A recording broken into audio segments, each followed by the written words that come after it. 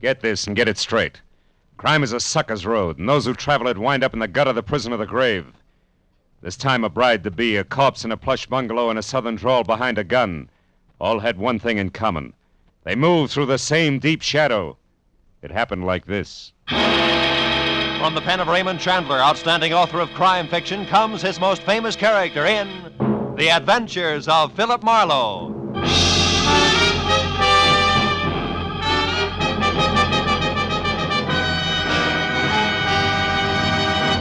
Now, with Gerald Moore starred as Philip Marlowe, we bring you tonight's exciting story, The Deep Shadow.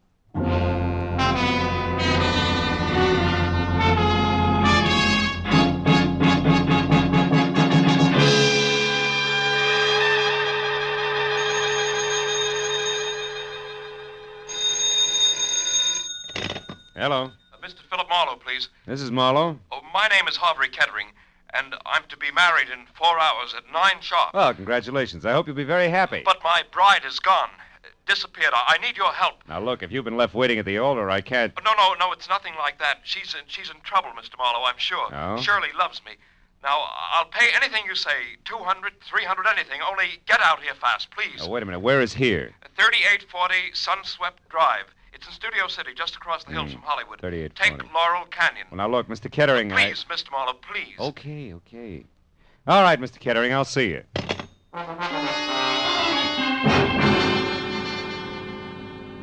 The address he gave me turned out to be a healthy chunk of old Spain.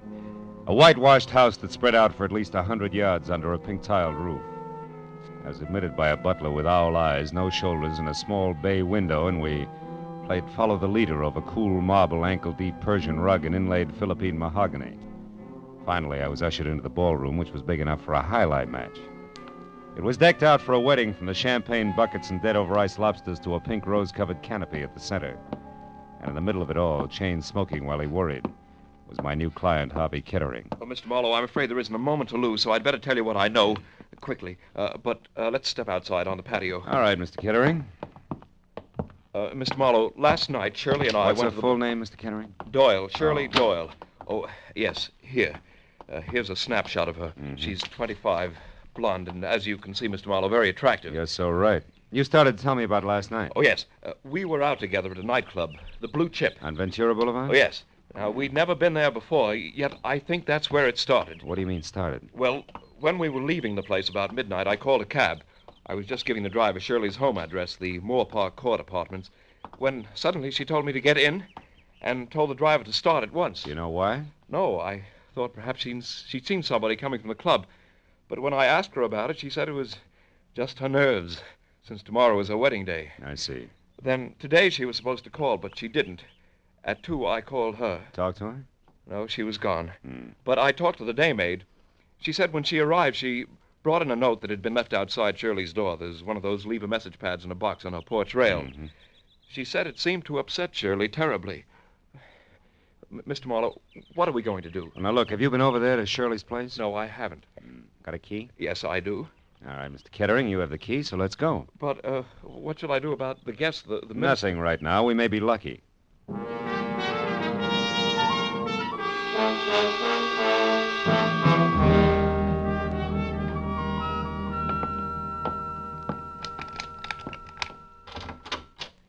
There are only 3 rooms, Mr. Marlowe. What do you suggest we do? Well, first, let's look for that note. She may have left it here somewhere. Oh, you try the bedroom. I'll start with the wastebasket. Full of papers. All right. Just as you say, Mr. Marlowe. Yeah, sure. Endicott Clinic. 321 North Rossmore. Say, Kettering, what does Shirley do for a living? Oh, she was a receptionist, Mr. Marlowe, at a medical clinic on Rossmore. Well, that figures. Mr. Marlowe. What? Mr. Marlowe, I found it. The note the maid spoke of, it's the same paper written with a soft pencil like the one attached to that box outside. It was on her dresser. Now, give it here. Let's see it. Dear Shirley Doyle, guess who I ran into last night? Francis Dragato. Suggest you meet me at the corner of Ventura and Whitsett Boulevard at 10:30. Not signed, huh? Is Francis spelled with an E? Yeah, the girl's name. I've never heard Shirley mention any Francis Dragato. And a public street corner wouldn't be much of a place to check 5 hours after people met, would it, Mr. Marlowe? No, I suppose not. Mr. Marlowe, what have you got? What is it? Oh, a page torn out of the classified directory, a listing of theatrical agencies. Line through by pencil from A down to C. The last one crossed out is capital artist. Yeah, that makes Drake Talent Agency next. Well, she never had anything to do with show business, Mr. Marlowe. What do you think it means? I don't know. You going to check with the Drake Agency? No, my first stop's going to be where you were last night, the Blue Chip. I know the owner, Eddie Shaft, and Eddie knows an awful lot, including things that aren't always exactly his business. May be able to help us if he wants to. Shall I come along, Mr. Marlowe? No, you go home, Kettering. I'll try to deliver your bride before 9. All right. Shall I pay you now? Now we'll let it go, COD. I haven't the slightest idea what I'm going to run into.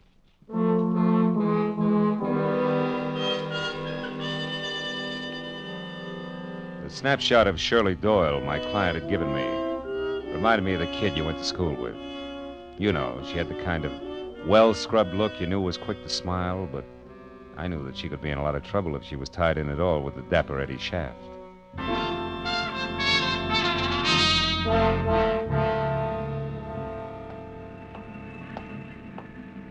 After dark, the Blue Chip was one of those cozy, soft lights melting on thick drapes kind of places. It made you forget all about the stiff prices for limp food. But now, at a little better than 5 in the afternoon, under wide-eyed, unblinking work lights, it had all the cushion come hither of a union hall. In one corner, a skinny musician with a golf ball complexion was working over a clarinet, while in the middle of a dance floor with no more diameter than the hole in a candy lifesaver, a girl was standing on a piano stool. She was smoking and looking straight ahead at nothing. Her red shingled hair, promise of a nose, and plunged neckline tagged her as the singer on the posters outside. One Miss Corky, Netherlands. The place is closed, soldier. Glad you told me. Never would have known. Never mind the routine, soldier. Just come to the point. What do you want? Just a few words with the boss. Eddie around? No. No, he's not. Uh-huh. How about his bungalow in Coldwater Canyon? You mean it hasn't hit the papers yet? What's the connection between Eddie and the headlines? Soldier, Eddie was stabbed to death sometime this morning. You gotta be kidding. Sometime between 9 and 11, the cops say. Well, so long, soldier. Hey, wait a minute, Corky. You have any idea who did it? No. Except that maybe it was a dame. Any description on her? The law isn't gabby about things, soldier, believe me. If you don't, try Eddie's bungalow yourself and find out.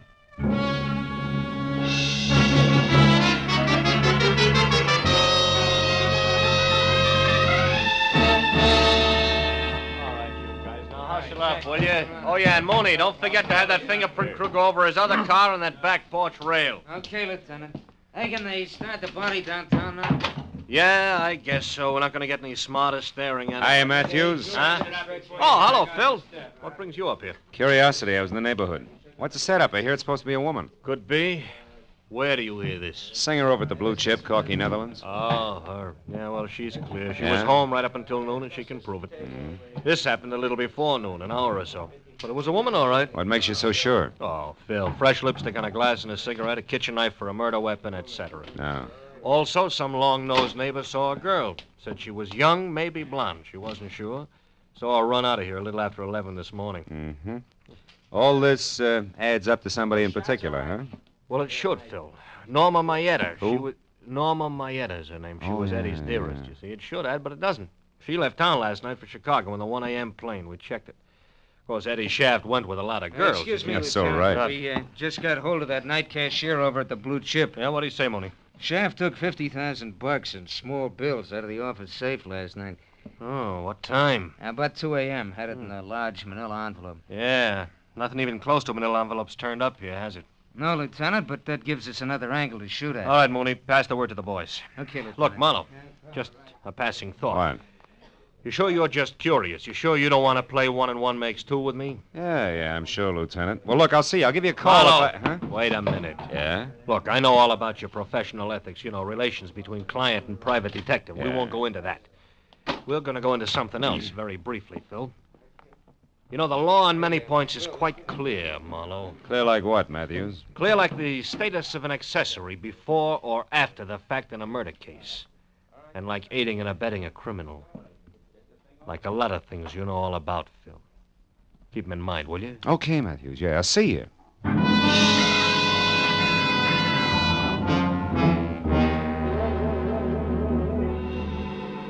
Since the lieutenant hadn't mentioned Francis Dragato, I didn't see why I should. All of which made it a good time for me to cross my fingers and check the name, which had been on deck on the list in Shirley's apartment.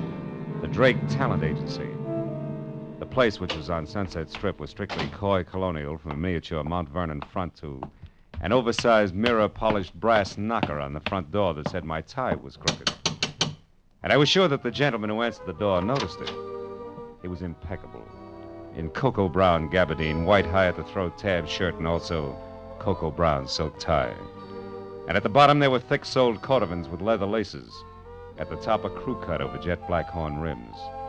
He took the glasses off, and long, soft fingers toyed with one stem while he talked. Yes, sir? My name is Philip Marlowe. I'd like to talk to Mr. Drake. I'm Mr. Drake. Oh? What was it you wanted, Mr. Marlowe? Well, I'm not exactly sure. You see, Hey, Drake, this picture here is Corky Netherlands, right? The third one over, yes. She's a client of ours. But this picture isn't what you came to talk about, is it, Mr. Marlowe? What's our home address? I beg your pardon. Come on, quick. It's important. And confidential. This isn't a Lonely Skip Hearts it. Club, Mr. Marlowe. I was playing a long shot when I knocked on your door, Drake, but now it's paid off, so tell me. Any stranger called for Corky's address today? I don't know, and the secretary's already left. Look here, Mr. Marlowe, what's this all about? Murder, Mr. Drake. Murder? A messy one. Now, do you give me the address, or do I start after it myself? Well, I don't know. Come on, answer up, Drake. The Towers, an apartment hotel on Ivar. Now, one last thing. Don't call her after I leave unless you want to be up to your hand-stitched lapels and cops.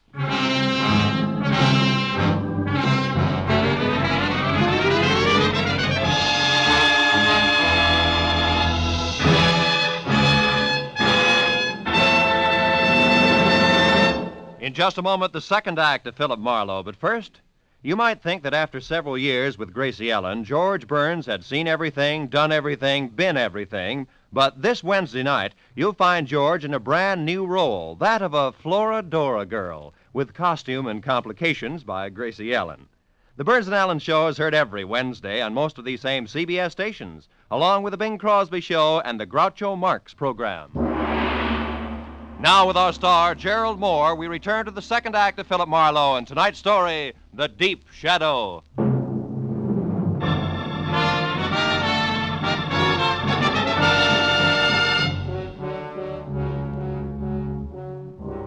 I left the glossy Mr. Drake and his glossy little agency with his mouth hanging open and drove down to Hollywood Boulevard to Ivar, and from there up the hill to a 5-story air-conditioned monolith with Venetian blinds called the Towers, which offered about as much sanctuary as the Yankee Stadium.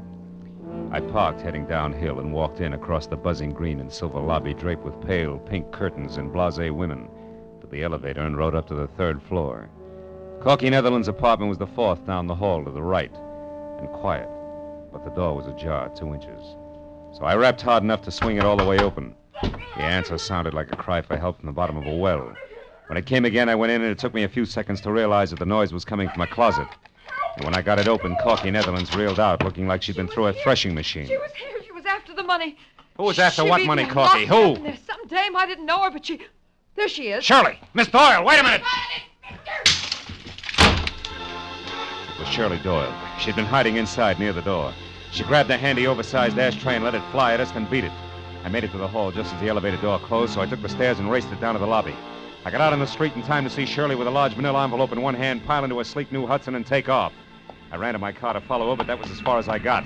I was stopped cold by a nasty little gun in the hands of a southern accent behind a pair of strictly Hollywood dark glasses. Be a good boy, honey, and hold it. Now, look, Right sister, there. who do you think you are? Now, What do you... I'll ask the questions if you don't mind. Why are you in such a fuss over the girl who just made off there? I was trying to get her out of a jam, believe it or not. Well, now, isn't that the darndest coincidence you ever saw? So am I. Only you want to catch her, and I want her to get away. But I guess that's life, isn't it, honey? Yeah, in the raw. You said it. We got big business together, her and me. And it sure don't include you. Just a minute. This ad's like you could be Francis Dragato. Francis who? Dragato. Me? Yeah. Oh, that name's much too fancy for the likes of me, honey. I reckon we can break it up now. So why don't you just give me the keys there in your hand? My keys? Come on, give. Yeah, well... That's Oh. a good boy. Now, don't try anything silly. And, don't fret, honey. I'll leave your car 2 or 3 blocks down the street here. Look, maybe you ought to go back upstairs and console little sugar child up there. Maybe take her to a movie or something. You know, to cool her off. Well, that's a nice, fresh thought. I'm loaded with Yeah, them. you're Try loaded. me again sometime. So long. Dames. Someday I'm going to get a case where there's no dames connected, either directly or indirectly. Parking my car 3 blocks away, that's fine. Just fine. Hey, going up. Flower, please, sir. 3.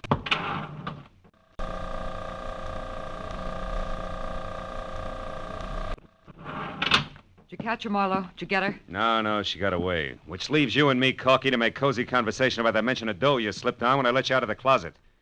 Come on back in the room, honey. What money? Now, look, you worked for Eddie Shaft as a singer in his club, but what else was Eddie to you beside boss? Just a minute. I don't see what business that is of yours. It's easy. He was murdered. The cops have already talked to me, soldier. I'm clean. Those negotiations can be reopened at any time. But one thing, you forgot to tell them anything about dough, and yet they're very interested in 50,000 missing bucks. That 50 grand was right here in the apartment, wasn't it? Well, you can't blame a girl for trying, Marlowe. No, not unless she tries too hard. Now, what does the name Francis Dragato mean to you? Francis Dragato? Okay, skip it. Where'd you get the dough? Eddie gave it to me to keep for him. Why you? I thought Norma Maeda had the inside track with Eddie. Not after he fell in love with me. Oh, no, that's not good enough, baby. There was a double cross. Where was it? Now, look, Corky, you might as well be smart about it, huh? All right, I didn't kill him. But if you can get that dough back for me, I'll split it with you. Right down the middle. I'm listening. That club of his is dying on its feet. The Blue Chip's going broke. Eddie and Norma Maeda raised $50,000 to keep it going. But Eddie decided to get out from under. He got rid of Norma by sending her to Chicago in a trumped-up deal. And he put all that cash in one lump and gave it to me to hold. We were going to run out together. Only somebody got to him, nailed him, and that left you holding the bag with 50 grand in it. That's nice. Except then a girl who belongs in this mess like a great-grandmother belongs in a high hurdle race stepped in and took it away from you. With the help of a southern accent and dark glasses. Who are you calling? Friend of mine at Homicide. Why, you Sit down and shut up. So far, you've been lucky, Corky. Don't push it. Lieutenant Matthews, homicide. Marlowe Matthews, listen, on that Eddie Shaft case. Yeah, what about I it? got a couple of things you might be of help to you. Now, look, item 1. That missing 50 grand is being sought after by a southern accent and dark glasses. A woman? Yeah, and she pulled a gun on me. Item 2. The name Francis Dragato, it ties in. D-R-A-G-O-T-T-O. Ring any bells? Dragato. That's what I said. Yeah, wait a minute. Oh, yeah, What? I remember, yeah. Yeah, but it's nothing, Marlowe. It's ancient Oh. history. Dragato I knew was a third-rate burglar, shot and killed resisting arrest down the Sandbar district about 5 years ago, way back when I was a prowl car sergeant. Look, what about this Tell me, southern... Dragato have a wife? No, I think there was a daughter around. Name though. Francis? I don't remember that good, Marlowe. Look, what is this Dragato business anyway? Well, so far it's a hunch. That's what I thought. Climb off of it and get down to facts, will you? Who was the dame after that Eddie Shaft money, and where did you run into her? I lost her on Ivar. That's not what I asked you, I Marlowe. know that's not what you asked, but anything else would be a breach of my client's confidence. All right, look, Marlowe, I'm real serious. I'm going to give you just 1 hour to notify your client and get down here and spill. After that, I'm putting out a call to have you picked up for withholding evidence. Yeah, Matthews ain't kidding this time. You, didn't say goodbye. That's quite a tightrope you walk, Marlowe. Yeah, sometimes. You're good. And I'm a girl of my word. You get that money back for me and it's 50-50. You're my only chance. Don't kid an old kidder, baby. You're a girl of 2 words, double and cross. Good night, Corky. Well,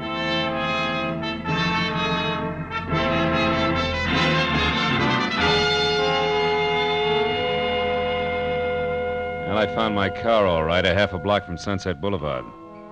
It took 20 minutes to get from there to the Sandbar district. And it was downhill all the way.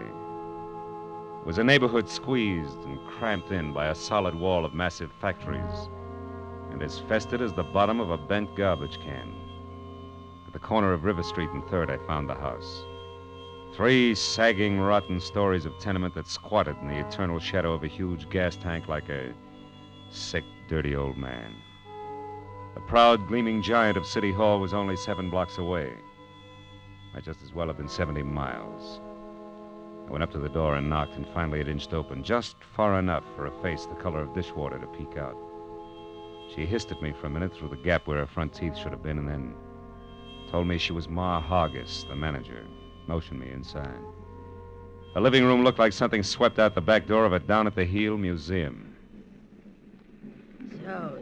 You want to know about the Dragotas, huh? Yeah, they lived here, didn't they? Maybe, maybe not. Cops got the old man about 5 years ago? It's possible. What became of his daughter? Where's Francis Dragato? Why? What are you being so cagey about, Ma? Because a bird that asks questions has got an angle, always. And the one who knows the answer's got a price, huh? Always. Okay, how far will a couple of bucks go? From here to the door. $2 won't even buy a buzz on beer these days. All right, we'll make it 5. Here. Oh, that's better. Well, Dirk Dragoto and his kid Francis had the second floor here for 15 years. His wife died of TB first year they was here. Oh, she was a smart one, that Francis. Had a hit on her. She always said she was going to get off the sandbar someday and be somebody. Oh, I told her she'd never make it. It's too far, mister. Kids down here get dirty. And it's the kind of dirt you can't wipe off. It gets inside of mine, no. Yeah. Tell me, what happened to her? I don't know. When her old man got it, she left and I never seen her again, not to this day. Probably left town and wound up working the gin mills in some other place. Is that They the always $5 do. worth? Huh? Well, you bought sight unseen, Sonny. Tell me, you got a picture of her? Yeah. As a matter of fact, I have. Good. She was 17 at the time. It's kind of fuzzy, but you can see Hey, she wait a was minute, Ma. Huh? Are you sure this is Francis Dragato? Say, she lived in this dump for 15 years out, I'm sure, I know. She looks like somebody else. Girl who was supposed to get married tonight. I got another picture of Francis here someplace. Wait a minute now, better one. Let me see now. Yeah, here it is. This was took down on Olivera Street, one of them stands. Oh, that's her best friend there with her, Norma Maeta. Norma Maeta. Norma was a tough little egg. Folks drank all the time and let Norma run wild. Oh, fine. Francis Dragato and Norma Maeta are friends. I'll say. Them two was quite a team. No bet. I always wanted to do something for them girls, but what can you ever do in a hole like this for anybody? You've just done it, Ma. Here's 5 more. Buy yourself another light bulb. Throw a party with the change. So long.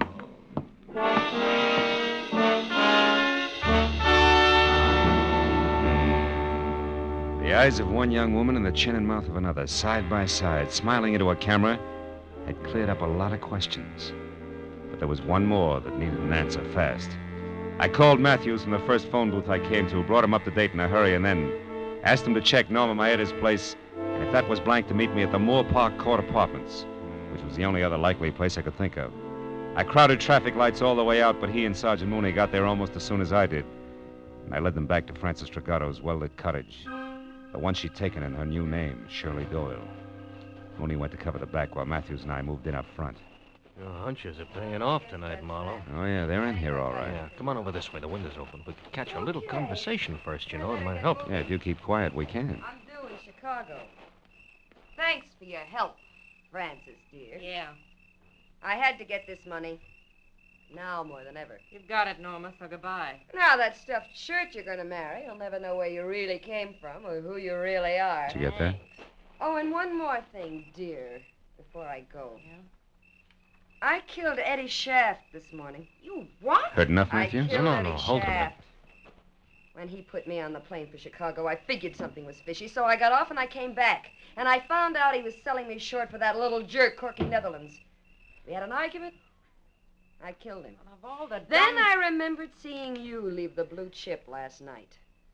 I needed someone like you to get the money for me, Francis. Yeah, there's your tie-in. I couldn't afford to be seen here in L.A. when I was supposed to be in Chicago. Not with a murder on my neck. But you were seen by that man who chased me at the hotel. Who, Marlowe?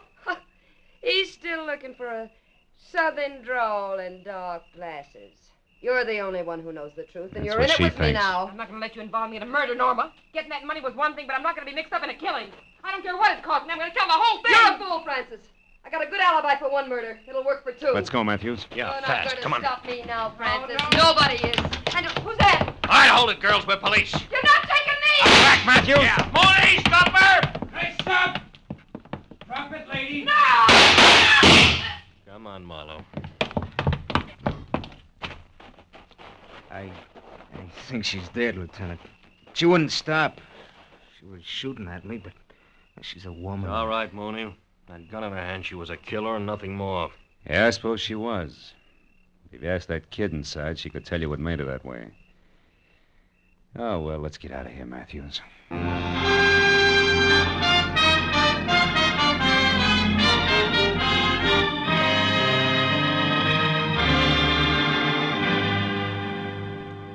I can't thank you enough, Mr. Marlowe, for bringing Shirley, that is Francis, back to me safely. Oh, believe me, Mr. Kettering, it was a real pleasure. And you, Lieutenant Matthews, for your cooperation on withholding the publicity aspects of this horrible No, thing. no, it's okay, Mr. Kettering. Glad to help out. We're going to be married, you know, right away. Shirley told me the story and wanted to postpone the wedding, but I wouldn't hear of it. Good. After all, I'm not marrying her for the past. I'm marrying her for the future. Yeah. Best wishes, Mr. Kettering. Yeah. Maybe tomorrow when Shirley's calmed down. Give her my congratulations, will you?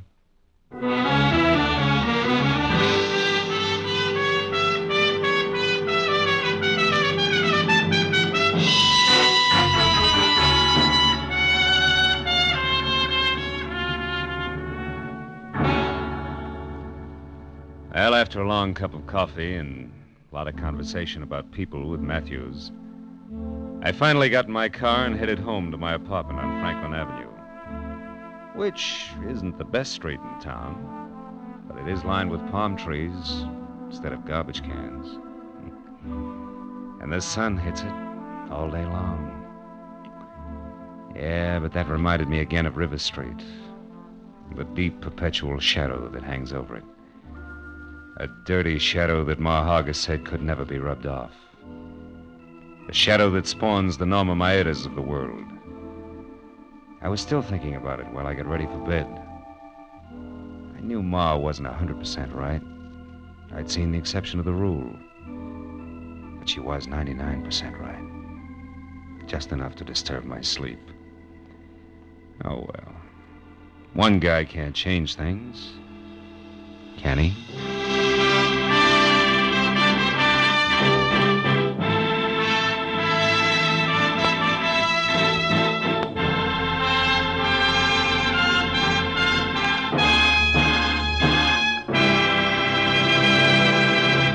The Adventures of Philip Marlowe, bringing you Raymond Chandler's most famous character, star Gerald Moore, are produced and directed by Norman MacDonald and are written for radio by Robert Mitchell and Gene Levitt.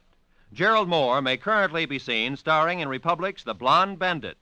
Featured in tonight's cast were Lillian Buyeff, Joan Banks, Verna Felton, Yvonne Patey, Jeff Corey, Jack Crucian, and Tom Holland. Detective Lieutenant Matthews is played by Larry Dobkin. The special music is composed and conducted by Richard Arant.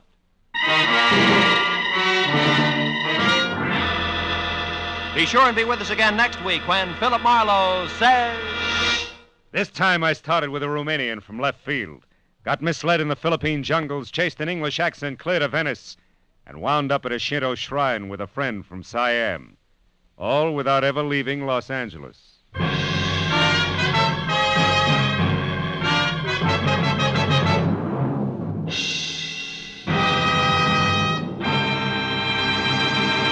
Dr. Christian, the kindly physician of River's End, has a most unusual case placed in his hands this Wednesday night on CBS.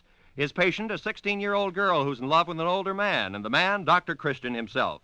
CBS cordially invites you to hear this Dr. Christian story, The Rainbow Trail, on most of these same CBS stations this Wednesday night. This is Roy Rowan speaking. This is CBS, the Columbia Broadcasting System.